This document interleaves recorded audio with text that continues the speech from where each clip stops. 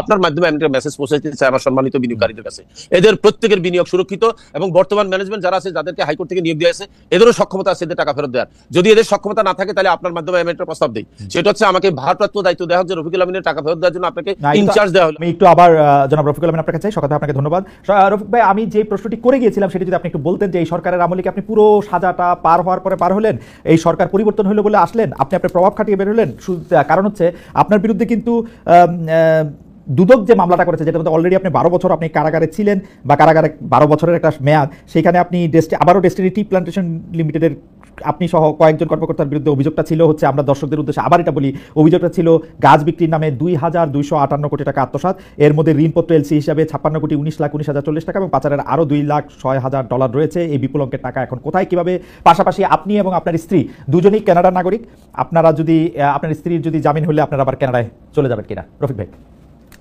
দেখেন, প্রথম কথা হচ্ছে আমাদের বিরুদ্ধে অর্থ আত্মসাৎ না, অর্থ পাচারের মামলা, অর্থ পাচার প্রতিরোধ আইনের মামলা হয়েছে। সেখানে এইভাবে দেখিয়েছে আমরা যে ট্রি প্ল্যান্টেশনে যে টাকাটা সংগ্রহ করেছি এমএলএম পদ্ধতিতে, সেই পদ্ধতিটা অবৈধ। তাই সেই পদ্ধতিতে যত অর্থ আমরা গ্রহণ করেছি সব অবৈধ অর্থ হওয়ার কারণে আমরা যত জায়গায় বিভিন্ন কোম্পানিতে আমরা বিনিয়োগ করেছি, আমরা বেতন নিয়েছি, আমরা কর্মচারীদেরকে বেতন দিয়েছি, বহু লোকের কমিশন দিয়েছি। বিশেষ করে এখানে 733 কোটি টাকার উপরে কমিশন দেওয়া হয়েছে বিনিয়োগকারীদেরকে। পুরো টাকাটাই তারা বলতেছে মানি লন্ডারিং। আমি কিন্তু 410 কোটি টাকা এনবিআর কে ট্যাক্স দিয়েছি, এটাও মানি লন্ডারিং। খেয়াল করতে হবে আপনাকে, এখানে কোনো টাকা আত্মসাৎ হয়নি। আমাদের কোনো পরিচালকে আত্মসাৎ করেছে মর্মে আমাদের অ্যাকাউন্টে টাকা গিয়েছে, এটা দুদক প্রমাণ করতে ব্যর্থ হয়েছে, এটা হয়নি। এখন কথা হচ্ছে তাইলে সাজাটা কিভাবে হলো? সাজাটা হয়েছে আমরা এটার জন্য রিসপন্সিবল। কথাটা খেয়াল করেন, আমরা এমএলএম পদ্ধতিতে এই ব্যবসাটা চালিয়েছি। এখন এমএলএম পদ্ধতি কি, সেখানে বলতে চাইছে দুদকের উকিল যে এমএলএম পদ্ধতি তৎকালীন সময় অবৈধ পদ্ধতি ছিল। এবং এখানে কিন্তু জজ সাহেবের সামনে আমাদের যে এসআরএল সমাজে আমাদের বিজ্ঞ আইনজীবী উনি বলেছেন তৎকালীন সময় যে এমএলএম অবৈধ ছিল এই মর্মে আপনাদের কোনো নথিপত্র আছে কিনা, বলে নাই। তাহলে শুনেন এখন সাক্ষী কি বলতেছে, বাদী। উনি বলতেছে উনি ম্যাথামেটিক্সে ইউনিভার্সিটি থেকে মাস্টার্স করেছেন, উনি ওনার জ্ঞান দিয়ে বুঝছেন যে এমএলএম একটা অবৈধ ব্যবসা। এই হচ্ছে ওনার উত্তর। আপনি বলবেন যে আমি এটা সত্য মিথ্যা বলতেছি, প্রমাণ কি? জাস্ট উনি কি বলেছে, ওনার টেস্টিফাই যে জিনিসটা প্রিন্টেড আছে, উনি তো সাক্ষী দিয়েছেন, এটাতে সব কম্পোজ হয়েছে। আপনি এগুলোর কপি দেখেন, আপনারা দেখবেন হাস্যকর উত্তর দিয়েছে। তো এখানে কিন্তু আমাদের বিরুদ্ধে কোনো কিছু অর্থ আত্মসাতের প্রচার বা হয়নি, প্রমাণ হয়নি, যেটার জন্য আমাদেরকে সাজা দিয়েছে। আমার বউয়ের অ্যাকাউন্টে কোনো টাকা যায়নি, আমার অ্যাকাউন্টে যায়নি। তাইলে কিভাবে সাজা দিল?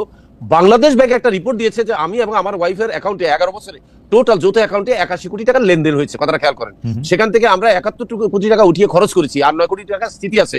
তাদের একটা ধারণা যে এই টাকাটা এই অবৈধ টাকা থেকে আসছে। তখন আমি বলেছি এই একই টাকার ফিগার দিয়ে তো আমাকে 22 সালে একবার সাজা দিলেন। কারণ 22 সালের যে মামলা, খালিদ ভাই শুনলে আপনি অবাক হবেন, 22 সালের যে মামলা আমাকে সাজা দিয়েছে 12 বছর, সেখানে এই একই 81 কোটি টাকার কথাই বলেছে দুদক। বলেছে ওনার এবং ওনার স্ত্রী অ্যাকাউন্টে 81 কোটি টাকা ঢুকেছে, 71 কোটি টাকা উঠেছে, 9 কোটি টাকা আছে।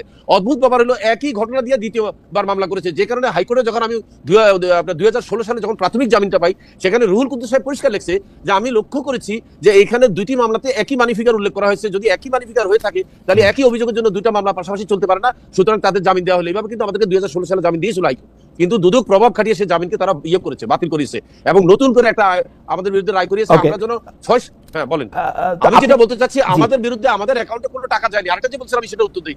আমার ওয়াইফ বা আমরা কিন্তু কানাডার নাগরিক 2000 সালেও নয়, যখন কোম্পানি শুরু হয়। আমরা 93 সাল থেকে নাগরিক। এই নাগরিক থাকার অর্থে এই নয় যে আমরা পালিয়ে চলে যাবো। দেখেন পালিয়ে চলে গেলেও বাকি টাকা তো আমার কাছে না ভাইয়া, টাকা তো অ্যাকাউন্টে পড়ে আছে। আপনি বুঝেন না কেন? সম্পত্তির মধ্যে পড়ে আছে। আমি রফিকুল আমিন পালায় যাওয়ার কথা বলতেছেন কেন? আমি একটা সুন্দর ব্যাখ্যা দিই। ধরেন কোন একটা দৈবাত অ্যাক্সিডেন্টে রফিকুল আমিন এবং তার স্ত্রী মারা গেছে, তাই বলে কি লোকজনের টাকা তারা পাবে না? অবশ্যই পাবে, কারণ সম্পত্তি কিনেছি আমরা, কোম্পানির নামে সম্পত্তি কিনেছি। ওই সম্পত্তি বিক্রি করে মানুষের টাকা দিয়ে দিবে। আমার মরে যাওয়া বা আমার চলে যাওয়ার সাথে তাদের টাকা ফেরত পাওয়ার সম্পর্কটা কি? আর মানি রিসিট কি খালিদ ভাই এইভাবে লেখা হয়েছে যে রফিকুল আমিনকে টাকা দিচ্ছে, নাকি মানি রিসিট হয়েছে ডেস্টিনির নামে? বলেন তো আপনি। না সেটা ঠিক আছে। আমার এখানে দুইটা প্রশ্ন। একটা প্রশ্ন হচ্ছে যে আপনি মারা যাওয়ার কথা বললেন বা আপনি চলে যাওয়ার কথা বললেন, আপনি যে এতদিন কারাগারে ছিলেন, আপনাকে যারা বিনিয়োগ করেছেন, আপনার কথা শুনে যারা উৎসাহী হয়ে গাছ কিনেছেন বা গাছে বিনিয়োগ করেছেন, তারা কি তাদের টাকা পেয়েছেন? আসলে তারা পাবেন, কিন্তু আইনি কেন বুঝতে হবে আপনাকে। আপনি কারাগারে থাকলে মানে এটা কেমন কোম্পানি? আপনি কারাগারে থাকতে পারেন, আপনার সিস্টেম কি তাদেরকে টাকা দিতে পেরেছে? আসলে পারে নাই, কারণ দুদক সিস্টেমকে লক আপ করে রেখেছে। দুদক সমস্ত ব্যাংক অ্যাকাউন্ট বন্ধ রেখেছে, ট্রি প্ল্যান্টেশনের এবং ডেস্টিনি সকল কোম্পানির সমস্ত সম্পত্তি তাদের কাস্টডিতে নিয়ে গেছে দুদক। শুধু নিতে বাকি রাখছে আমার বাচ্চাগুলোকে কাস্টডিতে তারা নেয়নি।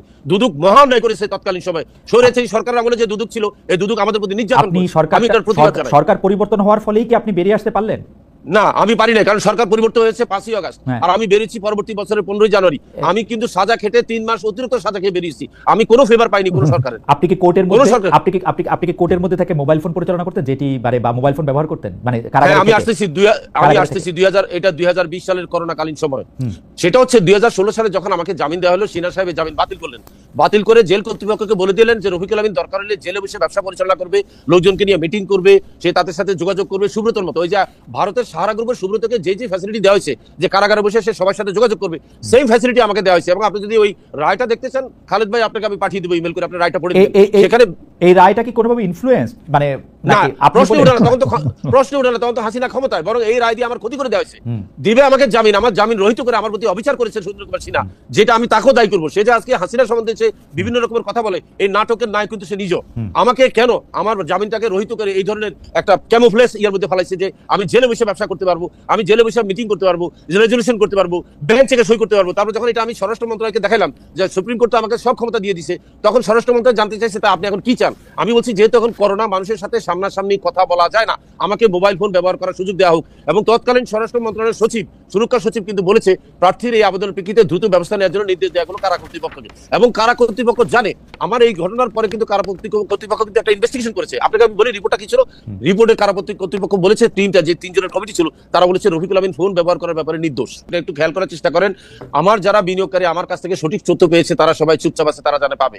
এদের সংখ্যা নেহাত কম, এদেরকে আমি দোষ দিচ্ছি না বাবা, তারাও তো বিনিয়োগকারী।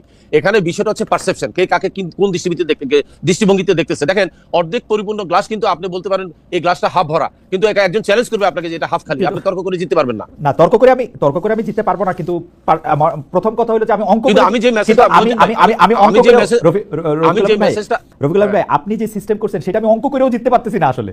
এটা অঙ্ক আমি করেও আমি আপনাকে- এটা কোথাও আমি- পৌঁছাইতেছি না, আমি- সেটা নিয়ে একটা আলাদা তর্ক একদিন হইতে পারে। আপনি আচ্ছা, যে আমি আপনাকে মেসেজটা দিই, আমরা পার্সেন্টেজ দেখার দরকার নাই জনপ্রিয়তার। আমি যেটা বলতে চাচ্ছি, আপনার মাধ্যমে আমি একটা মেসেজ পৌঁছাতে চাই আমার সম্মানিত বিনিয়োগকারীদের কাছে। এদের প্রত্যেকের বিনিয়োগ সুরক্ষিত, এবং বর্তমান ম্যানেজমেন্ট যারা আছে, যাদেরকে হাইকোর্ট থেকে নিয়োগ দেওয়া আছে, এদেরও সক্ষমতা আছে এদের টাকা ফেরত দেওয়ার। যদি এদের সক্ষমতা না থাকে তাহলে আপনার মাধ্যমে আমি একটা প্রস্তাব দিই, সেটা হচ্ছে আমাকে ভারপ্রাপ্ত দায়িত্ব দেওয়া হোক যে রফিকুল আমিনের টাকা ফেরত দেওয়ার জন্য আপনাকে না, এটা তো- ইনচার্জ দেওয়া হলো। আমাকে না, এটা তো আপনি আমার আমাদের মাধ্যমে দিতেছেন বটে, কিন্তু তার আগে ওইটা আপনি দিচ্ছেন যে আপনাকে আসলে ওই পরিশোধে নেওয়া হলে আপনি এটা পরিশোধ করে দিতে পারবেন। অবশ্যই পরিশোধ করে দিতে পারবেন, কিন্তু ফ্যাক্ট রিমেন্স না টাকা দেওয়ার সক্ষমতা আছে, কিন্তু দিতে পারবো না। কিছু লাভ দিতে পারবো না, কারণ আমাকে তো 12 বছর আটকে রাখা হয়েছে, আমি তো লাভ করতে পারিনি। আমার গাছগুলা কেটে সহায় দেওয়া হয়েছে, তাই না? গাছের গোড়াগুলো এখন আছে, এখন আপনি বলবেন তাহলে কোথেকে দিবেন? আমি তো সব টাকা গাছে বিনিয়োগ করিনি, আমি তো সম্পত্তি কিনেছি, আমি তো ব্যবসা প্রতিষ্ঠানে লাগাইছি। এই ট্রি প্ল্যান্টেশন কোম্পানি কম বেশি 14টা কোম্পানির মালিক, আপনি জানেন? এর আরো 14টা কোম্পানি আছে। এই সবকিছুর মালিক কিন্তু 17 লক্ষ ডিস্ট্রিবিউটরের। রফিকুল আলম ভাই,